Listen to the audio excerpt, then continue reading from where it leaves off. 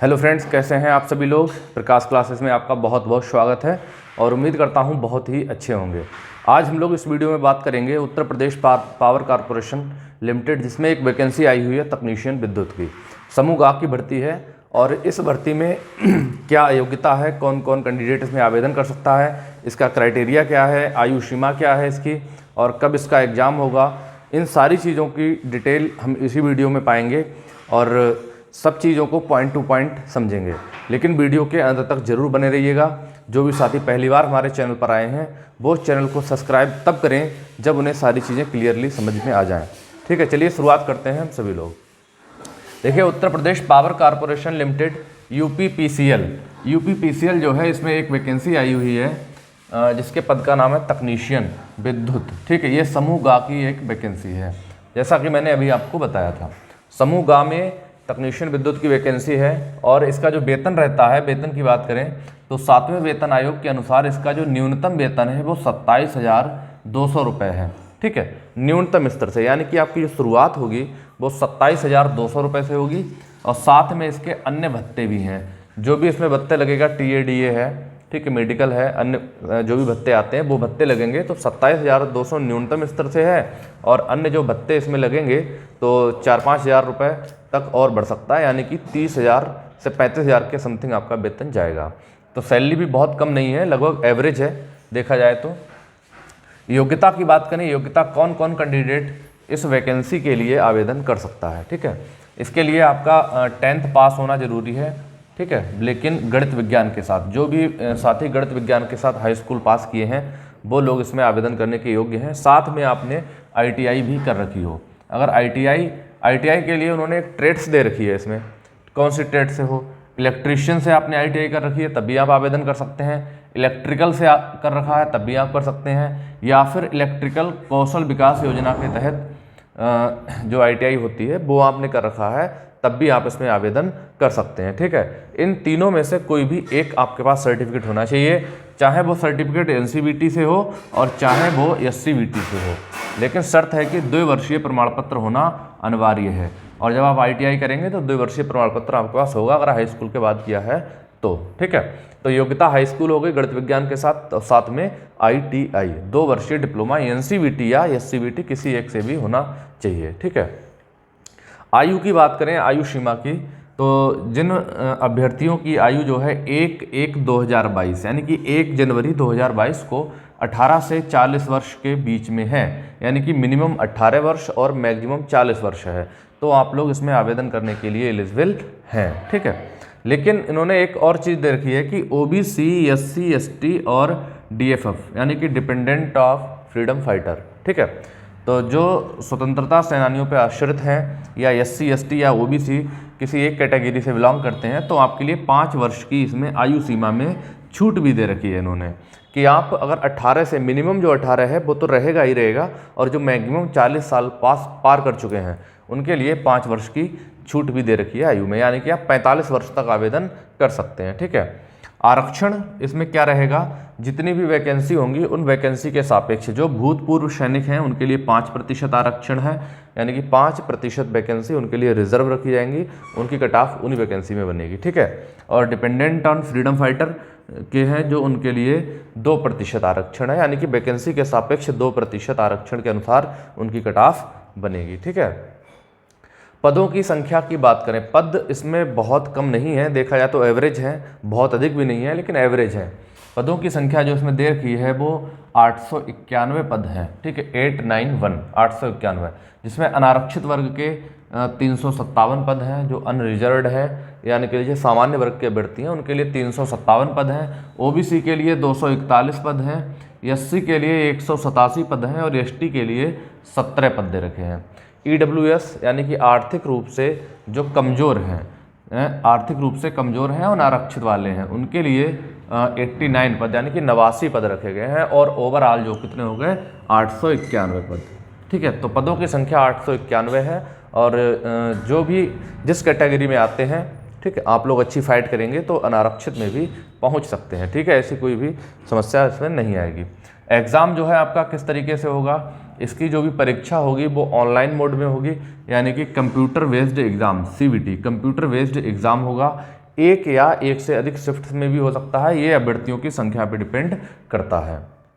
ठीक है, जैसे आपने आवेदन करने वाले बच्चों की संख्या बहुत ज़्यादा हो गई तो एक या एक से अधिक शिफ्ट्स में भी एग्ज़ाम होगा, और अगर आवेदन करने वालों की संख्या कम रही तो एक ही शिफ्ट में इसका जो है पेपर हो जाएगा, और आवेदन करने वालों की संख्या अधिक रही तो एक से अधिक शिफ्ट में भी इसका एग्ज़ाम होगा। और जब एक से अधिक शिफ्ट में एग्ज़ाम होगा तो इसमें नॉर्मलाइजेशन की प्रोसेस भी उन्होंने दे रखी है कि अगर एक से अधिक शिफ्ट में एग्ज़ाम कराते हैं तो हम इसमें नॉर्मलाइजेशन मेथड भी लागू करेंगे, यानी कि एक रूपता बनी रहेगी, किसी प्रकार का कोई भी भेदभाव नहीं होगा। ठीक है, लेकिन एक शर्त है इसमें, विकलांग अभ्यर्थी इसमें आवेदन नहीं कर सकते हैं, उनके लिए किसी प्रकार की कोई वैकेंसी नहीं है। विकलांग अभ्यर्थी जो है इसके लिए नॉट वैलिड है, उन्हें आवेदन करने की आवश्यकता भी नहीं है क्योंकि वो इसके लिए नॉट वैलिड है, एलिजिबल नहीं है। ठीक है, दूसरी चीज़ ये है कि आवेदन शुल्क की बात करें, आवेदन शुल्क क्या रहने वाला है।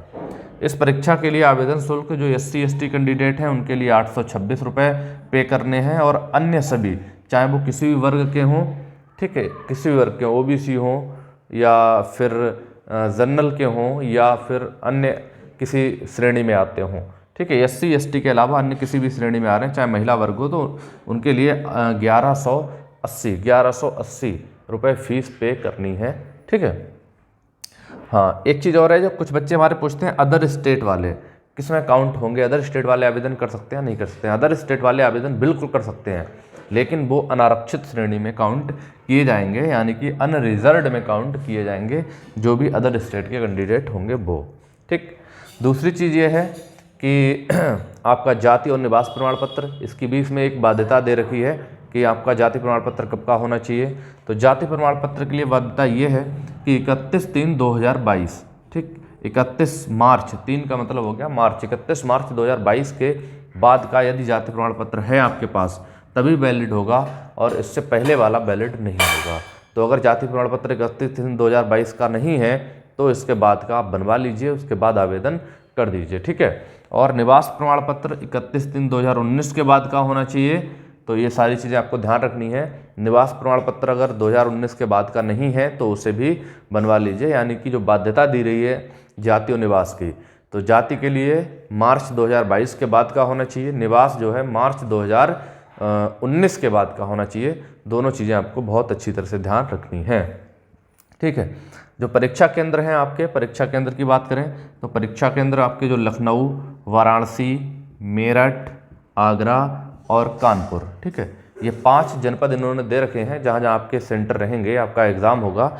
इसके अलावा अगर अभ्यर्थियों की संख्या बहुत अधिक हो जाती है तो आपके परीक्षा केंद्र और बढ़ा भी दिए जाएंगे, आवेदन बहुत कम रहते हैं तो घटाए भी जा सकते हैं। ठीक है, तो आप मान के चलिए कि जो 5 जनपद दिए हुए हैं यहाँ तो आपका एग्ज़ाम होना ही होना है।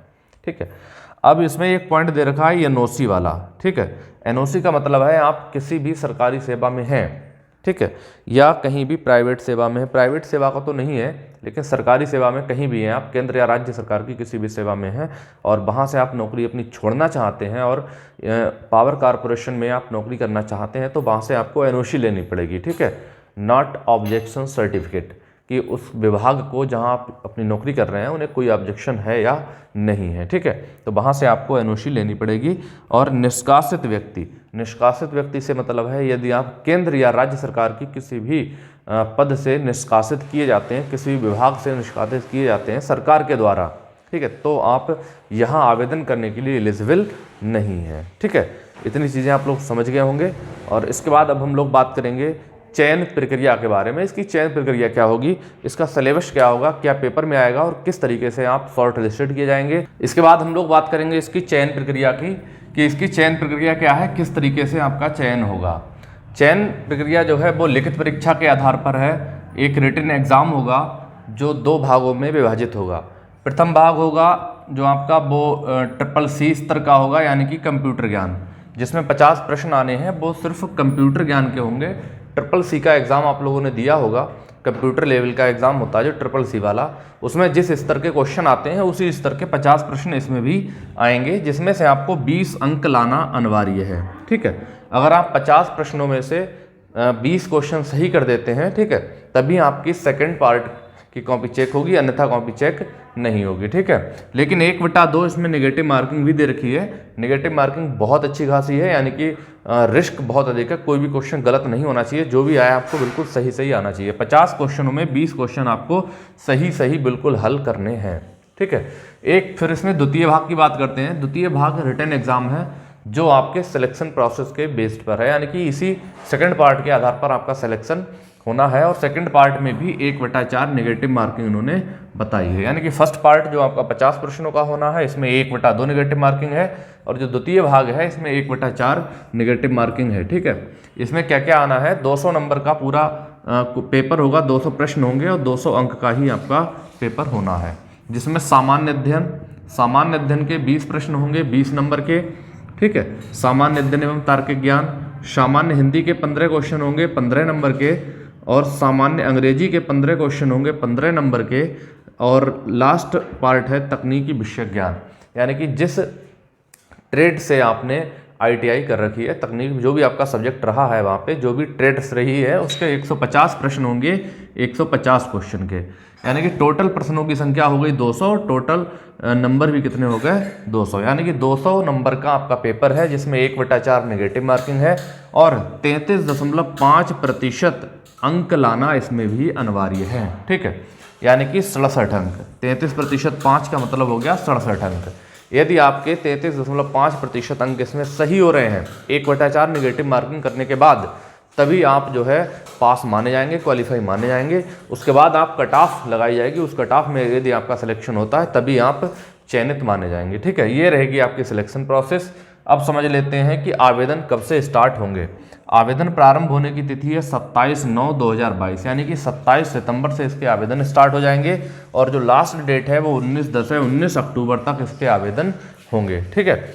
चालान के माध्यम से अगर आप फीस जमा करना चाहते हैं तो 21/10 तक, 21 अक्टूबर तक आप फीस जमा कर सकते हैं, ठीक। और अगर ऑनलाइन मोड द्वारा फीस सबमिट करना चाहते हैं तो लास्ट तिथि जो है वो 19/10 ही है। तो आप जिस प्रक्रिया से तहत उस प्रक्रिया के साथ आवेदन कर सकते हैं। आवेदन प्रारंभ होंगे 27 सितंबर से, फिर से समझ लीजिए एक बार, लास्ट डेट है 19 अक्टूबर, और चालान द्वारा यदि आप फीस जमा करना चाहते हैं तो 21 अक्टूबर तक आप फीस सबमिट कर सकते हैं। अब बात करते हैं लिखित परीक्षा की, इसकी परीक्षा कब होगी। तो जो संभावित इसकी तिथि उन्होंने बताई है नवंबर के अंतिम वीक में, यानी कि लास्ट वीक में, नवंबर महीने के लास्ट वीक में एक डेट निर्धारित की जाएगी, उसी तिथि पर आपका इसका एग्ज़ाम होना है, ठीक है। उम्मीद करता हूँ सारी चीज़ें बहुत अच्छे से समझ गए होंगे, और अगर वास्तव में आपको सही से समझ में आया हो तो हमारे चैनल को सब्सक्राइब जरूर करिएगा। बाकी कोई अगर आपकी क्यूरी है तो उसे कमेंट करके बताइए, आपके प्रश्नों का जवाब देने के लिए हम तुरंत तैयार रहेंगे। मिलते हैं नेक्स्ट वीडियो में। जय हिंद दोस्तों।